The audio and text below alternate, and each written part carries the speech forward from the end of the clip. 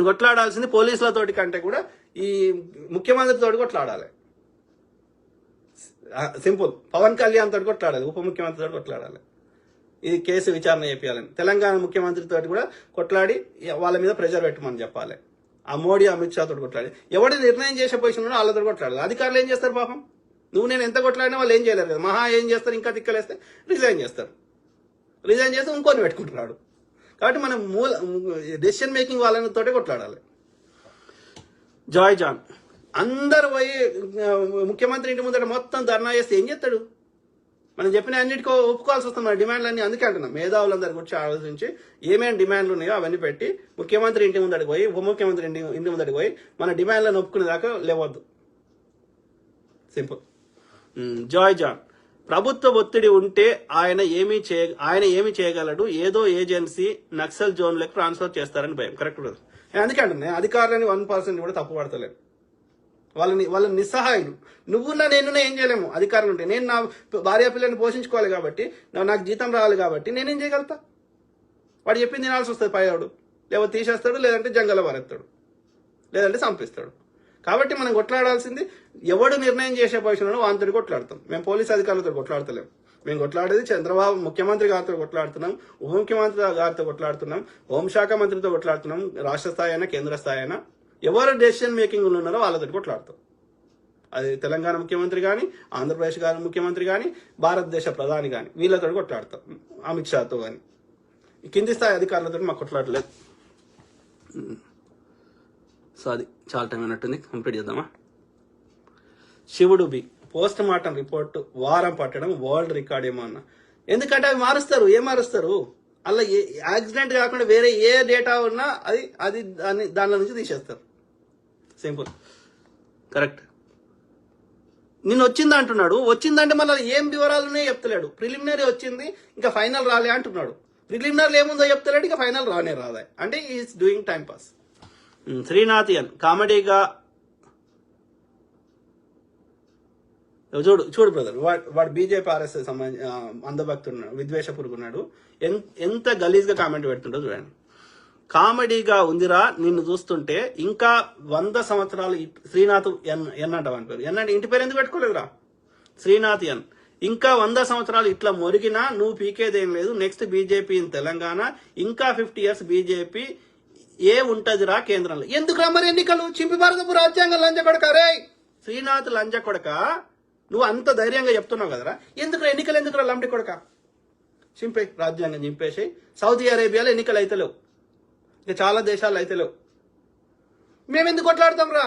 నువ్వు రాజ్యాంగం చింపేసి భారతదేశం ప్రజాస్వామిక దేశం కాదు అని రాసేయి.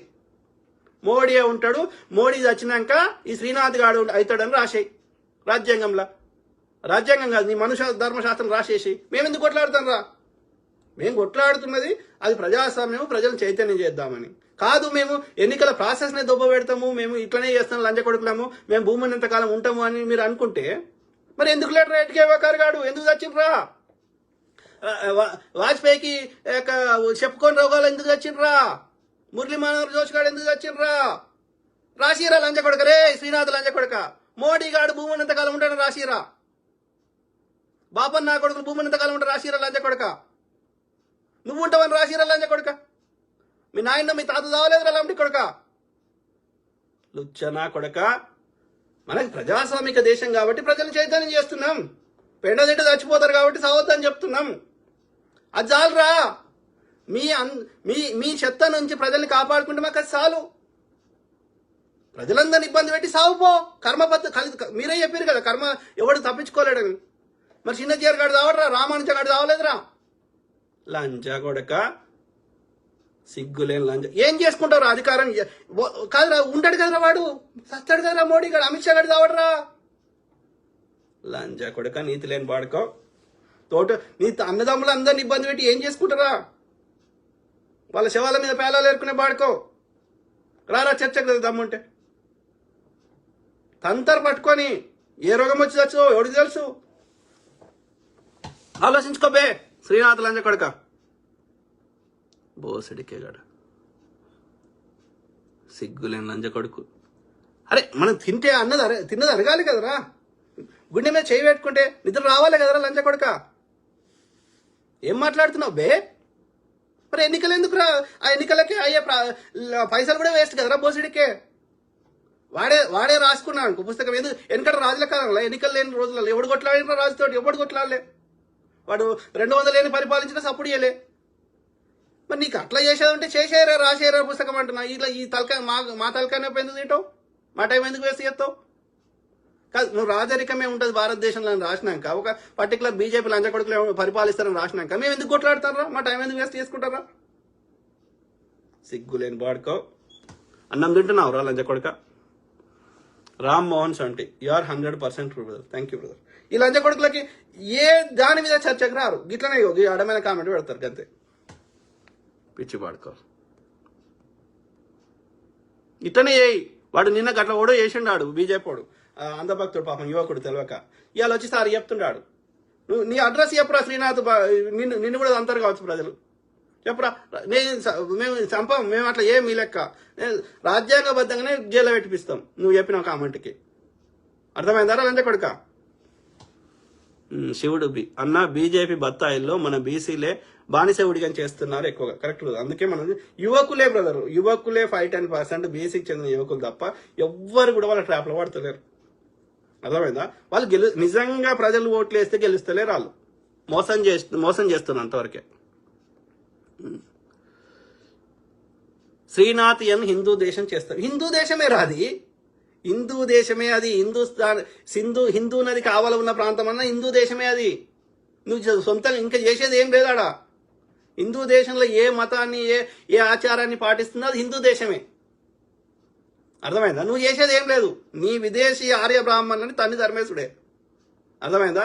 గోల్వాల్కర్, ఎడ్గేవాకర్ ఎట్లా చచ్చిరో మీరు ఏ పర్షియా దేశం నుంచి వచ్చారో అడిగి పోవాల్సిందే. సనాతన ధర్మాన్ని బోధిస్తున్న వాళ్ళంతా అది ఆల్రెడీ హిందూ దేశమే. నువ్వు ఇంకా చేసేది ఏం లేదాడా. అర్థమైందారా? చూపెట్టరా రే శ్రీనాథ్ లంచ కొడుక. రామాయణంలో ఎక్కడైనా హిందూ శబ్దం చూపెట్టరా, వేదాల్లో చూపెట్టరా హిందూ శబ్దం. అది మన భారతదేశంది కాదు, పర్షియాది. సంస్కృతం ఈ దేశంది కాదు, పర్షియాది.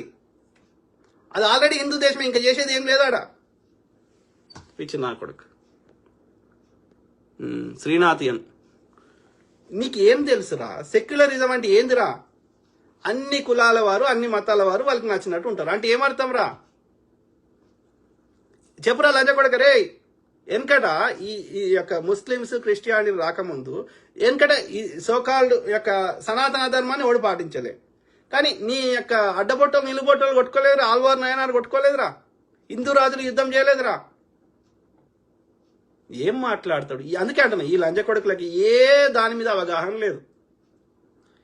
అందుకండి ఇట్లాంటి షీడ పురుగులో ఒక ఆడవాడు ఉంటాడు వందల వేలల్లో.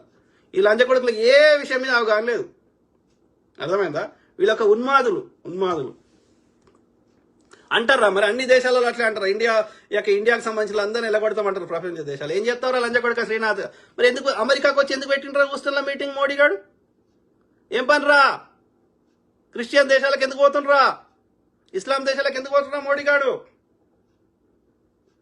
లంచ కొడుక నీ అమ్మ బతుకు. కాదు, అమెరికా యొక్క మరి క్రిస్టియన్ దేశాలలో తయారు చేసిన ఈ యొక్క వాట్సాప్లు, ఈ యొక్క గూగుల్లు, ఈ ఫేస్బుక్లు ఎందుకు వాడుతున్నారా శ్రీనాథ్ బత్తాయిగా? లండి కొడక. సెక్యులర్ అంటే అది భూతపాదం కాదురా. అందరం మంచిగా అన్నదం లెక్క బతుకుదామని చెప్పడం. రామ్ మోహన్ సంటి. మరి మొన్న మోడీ గాడు రంజాన్కి అందరికి ముస్లింలకి కిట్లు ఇస్తా అంటాడు, అస్సాంలో బీఫ్ వంచుతా అంటాడు. మరి మళ్ళీ వాడు ఇప్పుడు వచ్చేసి ఇట్లా మాట్లాడుతున్నాడు. అమిత్ షా గారి కొడుకు అక్కడెక్కడ సౌదీ దుబాయ్ వాళ్ళతోటి వ్యాపారాలు చేస్తున్నాడు. ఏం మాట్లాడతారు రైడు ముండ కొడుకు.